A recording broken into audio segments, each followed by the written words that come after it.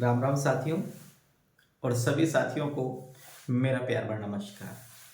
स्वागत करता हूं आप सभी का आज की क्लास में। और साथियों, आज की class very very very important class है, क्योंकि हर एग्जाम में आज की क्लास से 10 अंक के प्रश्न यानी 10 अंक के क्वेश्चन आते हैं।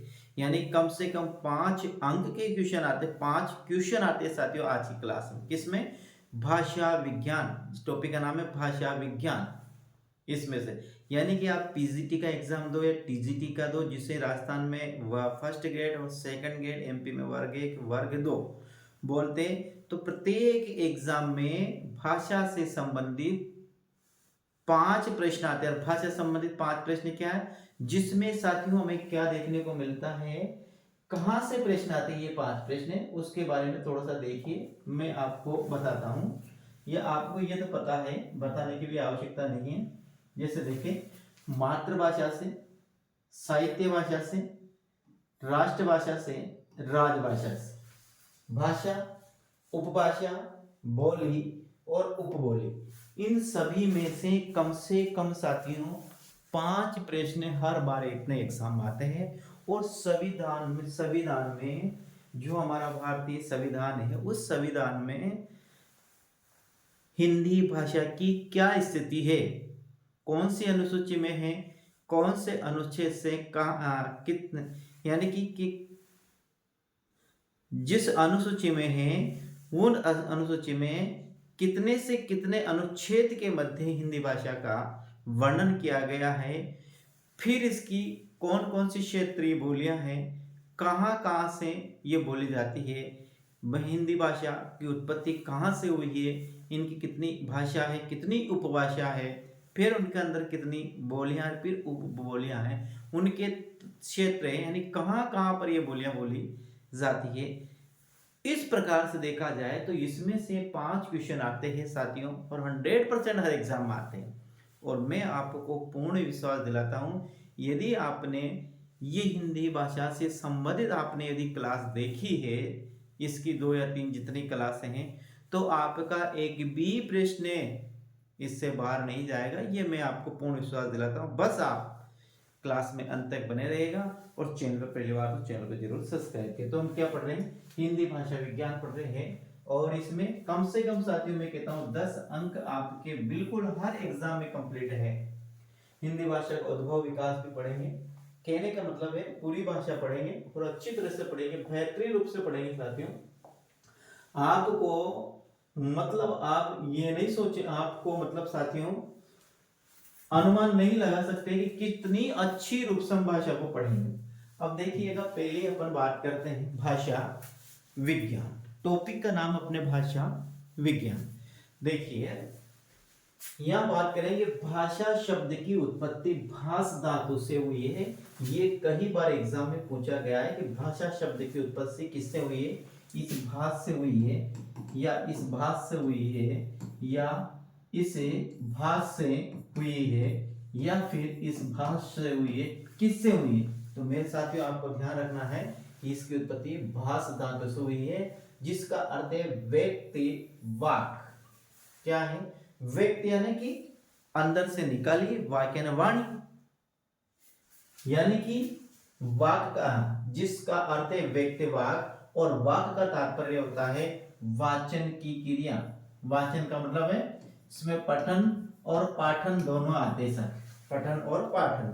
तो यानी कि वाक का तात्पर्य है वाचन की क्रिया। वाक को सामान्य भाषा में क्या कहते हैं? हमें वाणी कहते हैं। तो आपको ध्यान रखना है, भाषा शब्द की उत्पत्ति भाष धातु से हुई है, और भाष धातु से हुई है, और जिसका अर्थ होता है व्यक्ति वाक। किसका? भाष धातु का अर्थ होता है व्यक्ति वाक, और वाक का अर्थ है वाचन की क्रिया।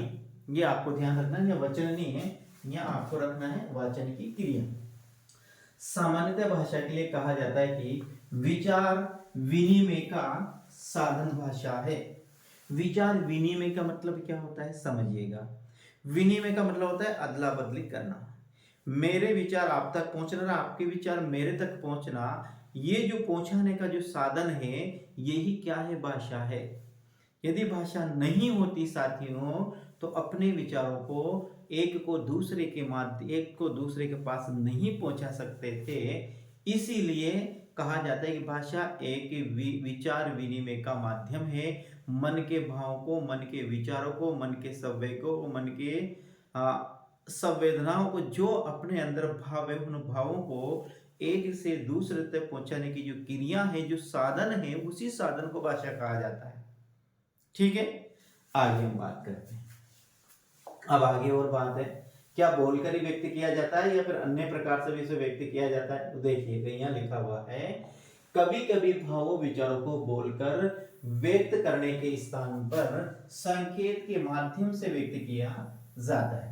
अब देखिए प्रश्न यहाँ पर आता है, कभी कभी यानी कि हर बार, लगभग मानिएगा 99% हम भाषा का प्रयोग करते अपने अंदर के भावों को व्यक्त करने के लिए, लेकिन कभी कभी संकेतों का भी माध्यम, जैसे यदि कोई कहीं अपन को चुप रहना है, कोई बड़ा व्यक्ति, आदरणीय व्यक्ति आ रहा है, वो कोई बात कह रहा है, तो कभी कभी संकेत करते हैं, तो इसका अर्थ होता है चुप होना। यानी कि भाषा का प्रयोग नहीं किया है, केवल संकेत के माध्यम, उंगली दिखाना, उंगली के माध्यम से संकेत, ये ऐसे ऐसे ऐसे ऐसे दिखाना, इसका मतलब ये सब संकेत है।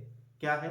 संकेत। तो कभी कभी मन के जो भाव होते हैं, उन भावों को संकेत के माध्यम से भी व्यक्त किया जाता है। तो क्या ये भी भाषा में सम्मिलित है? हाँ, तो साथियों यदि भाषा का व्यापक रूप देखा जाए तो ये सब भाषा में ही सम्मिलित होते हैं, सब बात है। अब देखिए आगे, व्यापक अर्थ में हर उस साधन को भाषा की श्रेणी में रखा जाता है जिसके माध्यम से विचार अभिव्यक्ति होती है। अभिव्यक्ति का मतलब है विचारों को बाहर निकालना। यानी कि व्यापक क्षेत्र से यदि देखा जाए तो हर उस, ये लिखा हुआ है, उस साधन को भाषा की श्रेणी में रखा जा सकता है जिसके माध्यम से विचार अभिव्यक्ति होती है। यानी अपने विचारों को अभिव्यक्त करते हैं, वो सब भाषा के अंतर्गत आते हैं, चाहे वो संकेत हो या फिर वे व्यक्त वाक्य हो। साथियों ये आपको ध्यान में रखना है, सेम ऐसे कैसे आपको ध्यान में रखना है। साथियों आगे बात करते हैं, भाषा यादृच्छिक ध्वनि प्रतीकों की संगठना है जिसके माध्यम से मानव समुदाय परस्पर विचार विनिमय करता है। यादृच्छिक का मतलब कल्पित या माना हुआ। भाषा क्या है? भाषा के जो वर्ण है वो कल्पित या माने हुए वर्ण है। यानी कि अपन ने देख लिया कि ये क्या है, मान लेते हैं ये अपन ने मान लिया ये माँ है, तो ये माँ एक कल्पित वर्ण है, कल्पित शब्द है, या फिर ये का है, ये एक कल्पित है। तो ये कल्पित है, यादृच्छिक का मतलब है कल्पित है, और ध्वनि प्रतीक का मतलब है वर्ण। यानी कि कल्पित वर्णों का संगठन है। संगठना का मतलब क्या है? समूह है। संगठन का मतलब क्या है? तो भाषा क्या है? कल्पित वर्णों का संगठन है। भाषा क्या है? कल्पित वर्णों का संगठन है, काल्पनिक वर्णों का संगठन है भाषा। समझ में आया? भाषा क्या है? काल्पनिक वर्णों के संगठन का जो समूह है वही क्या है? भाषा है। एक बार पुनः देखिएगा क्या लिखा हुआ है, भाषा वैज्ञानिक यादृच्छिक ध्वनि प्रतीकों की संगठना है जिसके माध्यम से मानव समुदाय परस्पर विचार विनिमय करता है। यादृच्छिक का मतलब है कल्पित, माना हुआ, और ध्वनि प्रतीक का मतलब है साथियों वर्ण। ध्वनि प्रतीक का मतलब क्या है? वर्ण है मेरे साथियों, ये आपको ध्यान में रखना है। आगे हम बात करते हैं, उक्त परिभाषा के आधार पर भाषा की कुछ विशेषता निर्धारित की जाती है जो निम्नलिखित है। अब भाषा की कौन कौन सी विशेषता है साथियों, उन विशेषताओं के बारे में अब हम बात करते हैं। ये विशेषता आपको अच्छी तरह से ध्यान में रखनी है। निश्चित रूप से साथियों एग्जाम में यह विशेषता पूछी जाती है कि निम्न में से कौन सी भाषा की विशेषता नहीं है, या निम्न में से कौन सा कथन असंगत है, या निम्न में से कौन सा कथन भाषा के संबंध में गलत है। ऐसे वो प्रश्न आपसे पूछ लेते हैं और फिर हम वहां पर क्या हो जाते हैं, संशय की स्थिति उत्पन्न हो जाती है कि क्या उत्तर क्या है। तो आपको ये परिभाषा बिल्कुल आपको याद करनी है, कोई कठिन बात नहीं याद करने में। देखिए हम बात करते हैं, पहला, भाषा परिवर्तनशील होती है। यानी कि भाषा हर समय परिवर्तनशील होती जाती है। जैसे पुराने समय में संस्कृत, संस्कृत से वैदिक संस्कृत, वैदिक संस्कृत लौकिक संस्कृत, लौकिक संस्कृत पाली, पाली से प्राकृत, प्राकृत से अपभ्रंश, और अपभ्रंश से हिंदी, तो हिंदी से विभिन्न बोलियों का विकास हुआ और वर्तमान में खड़ी बोली का प्रयोग करते हैं। तो ये धीरे धीरे धीरे, जैसे तत्सम से तद्भव का जो विकास हुआ वो क्या हुआ, परिवर्तनशीलता के कारण हुआ। किसके बाद, परिवर्तनशीलता के कारण ही तद्भव से तत्सम गए, तत्सम से तद्भव का विकास हुआ। तो भाषा क्या, एक परिवर्तनशील है। याद रखना साथियों, पहला पॉइंट, भाषा यादृच्छिक होती है, कल्पित होती है। भाषा क्या होती है, यादृच्छिक होती है, भाषा कल्पित होती है। भाषा परिवर्तनशील है, ये पुणे लिख दिया है। भाषा परिवर्तनशील है, भाषा अनुकरणीय है, भाषा अनुकरण से सीखी जाती है। याद रखना, भाषा अनुकरण से कैसे, जैसे बचपन में, जैसे एक छोटा सा बालक है, वह बालक भाषा का प्रयोग अपने माता पिता, भाई बहन एवं अपने परिवार के सदस्यों के अनुकरण से सीखता है। यानी कि जिस परिवार में जिस तरह के वातावरण में हम बालक को रखेंगे, बालक उसी भाषा का प्रयोग करना सीख जाएगा। मान लीजिए हम राजस्थान में निवास करते हैं, राजस्थान में भी ऐसी जगह से निवास करते हैं जहाँ क्षेत्रीय भाषा बोली जाती है।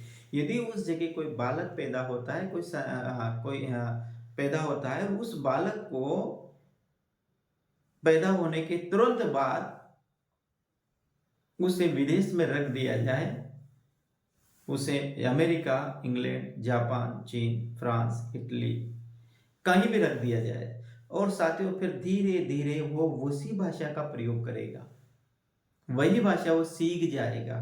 तो भाषा अनुकरण से सीखी जाती है। जैसे सिटी में रहने वाले जो छात्र है वो शुद्ध हिंदी का प्रयोग करते हैं, और ग्रामीण क्षेत्र में रहने वाले छात्र शुद्ध हिंदी का प्रयोग नहीं करते हैं। और फिर वहां से प्रश्न आता है कि वाक्य शुद्धि, तो फिर अपना प्रश्न गांव जो ग्रामीण क्षेत्र में निवास करते हैं उनका प्रश्न गलत चला जाता है, क्योंकि वो शुद्ध भाषा का प्रयोग नहीं करते। तो ध्यान रखना, भाषा अनुकरण से सीखी जाती है। साथ आगे, भाषा पैतृक संपत्ति नहीं है, यानी कि भाषा है, ये बोलने का जो ढंग है, ये हमें पिता से प्राप्त नहीं होता है, ये हमें अनुकरण से सीखी जाती है। याद रखना, भाषा क्या है, अनुकरणीय है, ये पैतृक संपत्ति नहीं है, ये ध्यान रखना।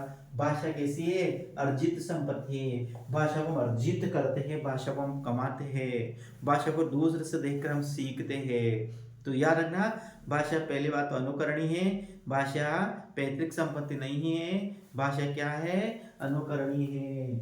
आगे, भाषा कठिन से सरल की ओर गमन करती है। ध्यान रखना, भाषा कठिन से किसकी ओर, सरल की ओर गमन करती है, और लगातार ये गमन करती हुई जा रही है।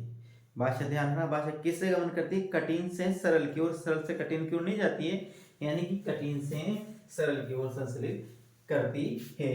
यानी कि संश्लेषण से अपन मान लेते हैं, संश्लेषण से विश्लेषण भी मान लेते हैं। ऐसे भी आ सकता है कि भाषा संश्लेषण से विश्लेषण की ओर गमन करती है, ये भी हम लिख सकते हैं। आगे, भाषा स्थूल से सूक्ष्म की ओर, वही है संश्लेषण से विश्लेषण की ओर गमन करती है। भाषा संयोग अवस्था से वियोग अवस्था की ओर गमन करती है, ये भी याद रखना। ये सब पॉइंट एक ही है, यहाँ से सरल से है, यहाँ से कठिन से सरल, स्थूल से शुक्ल, संयोग अवस्था, वियोग अवस्था, और भाषा समाज सापेक्ष होती है, यानी कि जैसी समाज में हम रहते हैं उसी प्रकार की हम भाषा का प्रयोग करते हैं।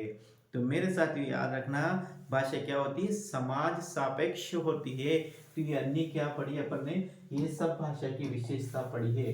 तो आपको ध्यान रखना है, भाषा पहली बात तो परिवर्तनशील है, भाषा यादृच्छिक होती है, भाषा फिर परिवर्तनशील है, दोनों में से एक लिखना है। भाषा अनुकरणीय है, भाषा पैतृक संपत्ति नहीं होती है, भाषा अर्जित संपत्ति है, कठिन से सरल की ओर गमन करती है, स्थूल से सूक्ष्म की ओर गमन करती है, संयोग अवस्था से वियोग अवस्था की ओर गमन करती है, और भाषा समाज सापेक्ष होती है। इतनी चीजें हमारे भाषा की विशेषता के संबंध में मेरे साथियों याद रखना है। कल की क्लास में मैं आपको पढ़ाऊंगा, और अपन पढ़ेंगे क्या है, भाषा के विविध भेद पढ़ेंगे, जिसमें भाषा वैज्ञानिक ने 6 आधार पर भाषा का वर्गीकरण किया। काल, इतिहास, समय के आधार पर, प्रचलन के आधार पर, निर्माण के आधार पर, साधु या शुद्धता के आधार पर, भूगोल के आधार पर, और प्रयोग के आधार पर। इस प्रकार से देखा जाए तो भाषा को 6 आधारों पर भाषा का वर्गीकरण किया गया है। ये 6 आधार में से अपन कल पढ़ेंगे साथियों। आज की क्लास को यहीं पर समाप्त करते हैं। कैसा लगा मुझे कमेंट के माध्यम से जरूर बता कर जाइएगा मेरे साथियों। और वैसे मैंने इसके बाहरी भाषा से संबंधित एक भी प्रश्न बाहर नहीं जाएगा, ये मेरी गारंटी है। बस आप मेरे साथ बने रहिएगा। ठीक मेरे साथियों, कल फिर मिलते हैं अगली क्लास में। राम राम, जय हिंद साथियों।